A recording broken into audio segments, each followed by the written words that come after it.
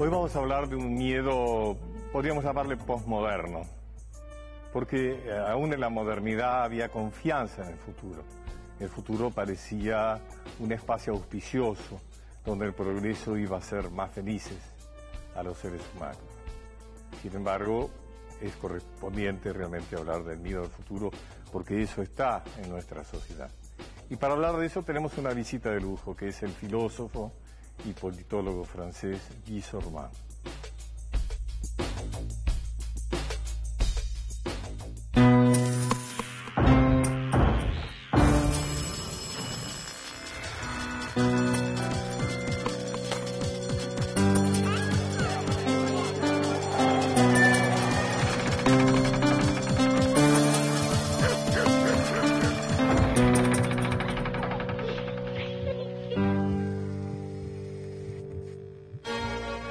Guy Sorman, politólogo francés. Nace en Francia en 1944. Es escritor, economista y doctor en ciencias políticas. Ha sido profesor en la Universidad de París, la Universidad de Beijing y la Universidad de Moscú. Es columnista de algunos de los diarios internacionales más importantes, como Le Figaro y Wall Street Journal. Algunas obras: La solución liberal, La nueva riqueza de las naciones, No a la decadencia de la Argentina, El mundo es mi tribu, El genio de la India, Made in USA. I think that the fear of future has to do with death. Don't you think so? Of course we fear death, but we never dare to say it. So we always invent, very abstract ideas about the future, but the real truth, as you say, is death and our incapacity in modern society to confront our own death. Fear of decadence, no? Fear of yeah, but old aging. When you read, very old texts, in Latin literature or Greek literature, the decadence was already there. And people talk about decadence because they don't see that their own body or their own mind is decadent. So they don't see themselves, so they prefer to look at the world and say, oh, the world is changing, the world is not as good as it was when I was young, and that's not the problem. It's a way to escape the truth. The world lacks energy. Exactly. Yes, that's right. But that's normal, not to be able to confront the truth. And, I said about the late Pope, Jean-Paul, I think what he did was absolutely remarkable.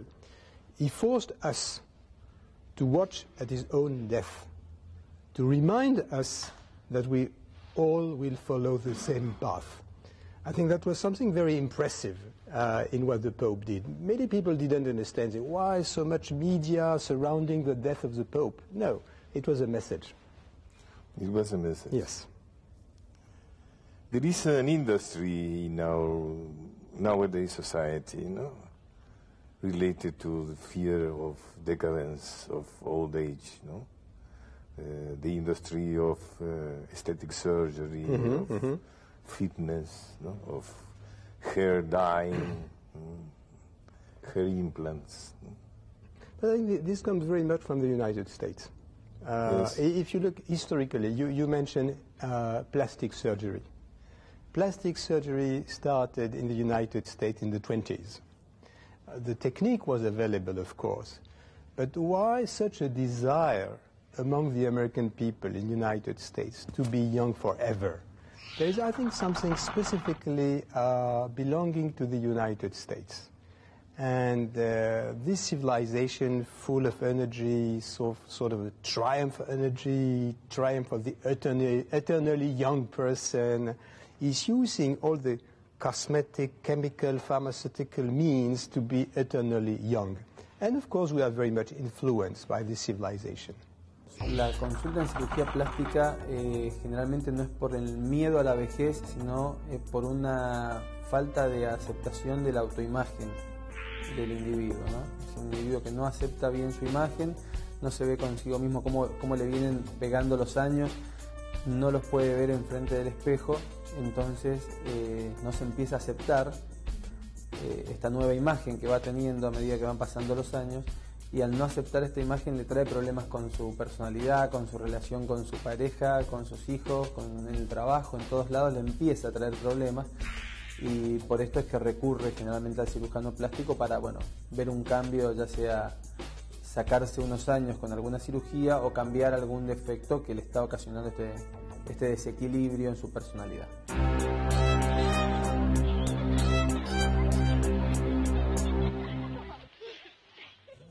You wrote about that in your last book, no? Maybe Yes. in USA. No? Yes. When one thinks in future,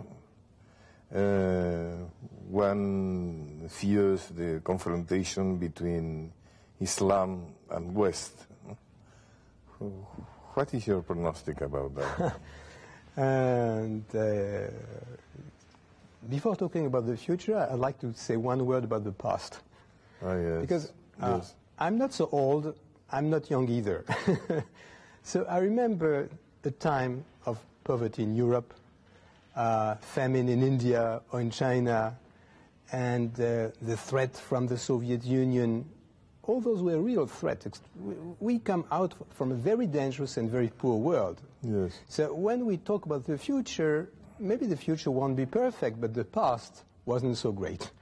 And we were able to escape many, many threats, like the nuclear bomb of the Soviet Empire, which were very serious. Yes. Okay, now Islam. The real problem is not the Muslim versus us, Western civilization. The problem is Muslim versus other Muslims. There is today a huge confrontation within the Muslim world between, let's say, the moderate and the fundamentalist. The fundamentalists are a minority, but a very active minority. The moderates so far have been unable to organize themselves. So it's not Islam as such, it's within Islam, who will win? The people in favor of an enlightened Islam or people in favor of a dark Islam? So this is a real debate. Who will win? I think the moderate will win. Yes. The moderate will win because the situation is totally changing since 2 or 3 years. Take the US intervention in Iraq. Maybe you like it, maybe you don't like it. That's not the problem. But the consequence of this intervention in Iraq is that many political parties, moderate parties, are getting organized everywhere in the Arab world, asking for election in Morocco, in Egypt, in Saudi Arabia, in Kuwait. So the landscape is completely changing because of the impact of the war. And I think the moderate will not let the fundamentalist win. Also, the fundamentalists in Iraq, by bringing death and no hope for the people of Iraq, are creating a lot of enemies. Nobody expects the fundamentalists to come with a positive message in the Muslim world anymore. In your last book, you wrote about that the United States are sure that they have a mission. They think they have. Spreading liberty Yes, yes. and democracy, Yeah. even by force. Yes. Yes, man, it's very difficult to talk quietly about the United States. Yes, you wrote about the empire of liberty. Yeah. Yeah. So when you say United States, people jump immediately, say, I'm against Yes. it, I'm for it. My position is very quiet, neutral. I'm trying to understand. And the United States have been created not with a specific geography, not for a specific people. The ambition from the very beginnings, in the creation of the United States, is to build on earth an empire of liberty. So Yes. the mission is connected in the very root, in the very origin of the United States. They started like that. So Jefferson talked about liberty and happiness. yeah, there are two things. Yes. They think that the purpose of a society is to make the human being happy. Happy, yes. Which is for an Argentinian or a Frenchman a bit bizarre, because we don't think that the society is made to make you happy. Perhaps society can help you to evade tragedy. So pursuit of happiness is a cornerstone of the United States. And then they consider from the very beginning, in order to make the world happy, the world must be free and democratic.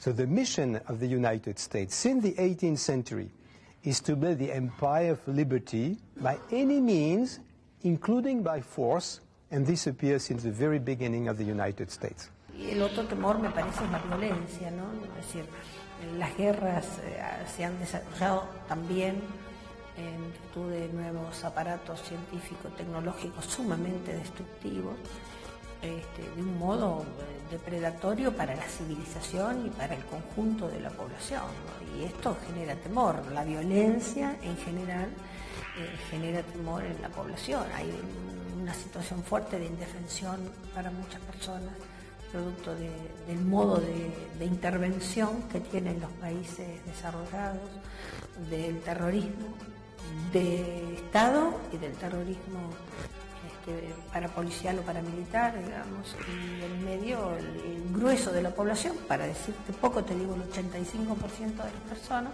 que nada tienen que ver con esto y que son las víctimas de las situaciones de violencia. Digamos, estos dos temores empiezan a ser fuertes.